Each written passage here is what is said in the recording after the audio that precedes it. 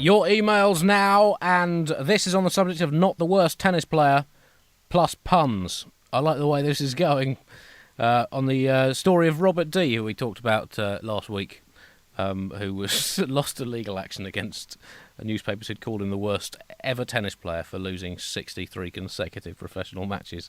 And anyway, this comes from Lewis, who writes, "Dear John Balliver and Andy Zoltz match, Clay, just take this opportunity to thank you for the reset mention on the podcast. At first it seemed like a bit of a backhanded compliment, unintentional, I'm sure.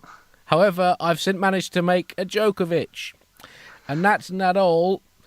It's been a smashing success for my international profile. As regards my playing records, I knew it would come up sooner or later. I didn't expect such a racket. It's just ridiculous. I don't fault the papers. The media spin has really helped me break back into the spotlight. The sport has beckoned ever since I was young. But I suppose love means nothing in this game. Even the great Marat's having a hard time.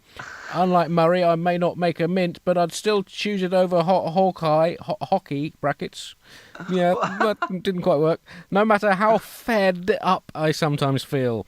Anyway, there's a free ticket up for grabs for my next tournament, but it's first come, first serve, I'm afraid. The decision's in your court, boys." You could have gone with the balls in your court there. Anyway, but heroic effort from Lewis in Leicester for puns. I mean, that's really tremendous performance there to really funny stuff. Honestly, I almost fell off my chair when I read that.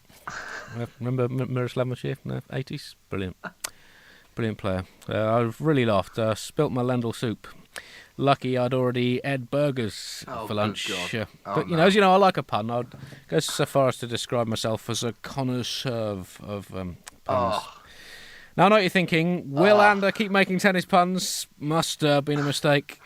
If so, how many will he make in a row? Make in a row?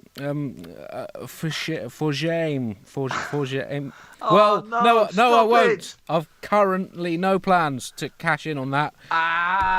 Yar'd be the day. I'll make no more of it. Look on to something else. Look on to something else. Sorry about this. I should have spent more time on it. Problem is, I asked a young woman to make a giant replica of the 22nd letter of the alphabet, and I had to make her some hot drinks then, but she didn't seem impressed, and looked mournfully skywards left and right, so I got caught up with the Vitas girl rollites. Vitas scarolitis. Too much? Too much. I need a drink now. Something fizzy. I need a gassy one. A gassy one. Of course, it hasn't just been the general election, John, over here. We've also had a referendum on whether to adopt the American pronunciation of the last letter of the alphabet. Promise me this isn't going to result in the tennis pun. I got so excited, I just drooled everywhere. And now, I just drooled all over the place. Now the area under my mouth feels like it needs to be scratched because of this referendum on whether to adopt the American pronunciation. The last letter of the alphabet. So yes, I've Slobodan Zivot Chinhavich. Slobodan Zivojinovic, remember him? He got up in the top 10 in about 1986. Big serve. Huge serve. Really a forerunner of Goran Ivanisevic. Give me a sign, God. It's been a tough election, John. You John. exist and make this stop. It's been a tough election, John. But I'm not sure anyone's ever made a Slobodan Zivojinovic joke. Certainly not a pun. I think, Buglers, we've learned a very important lesson there, and that Did you get it? Slobodan Zivot Chinhavich. Whilst it's very generous of you to write in with elegantly constructed puns, you have to understand that is a red rag to a very infantile bull when you're sending it to Andy.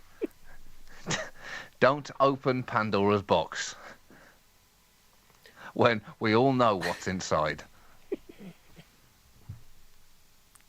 Should have seen the look on his face whilst he was doing it. So happy. So there's it's the only language I point understand. at which he's happier.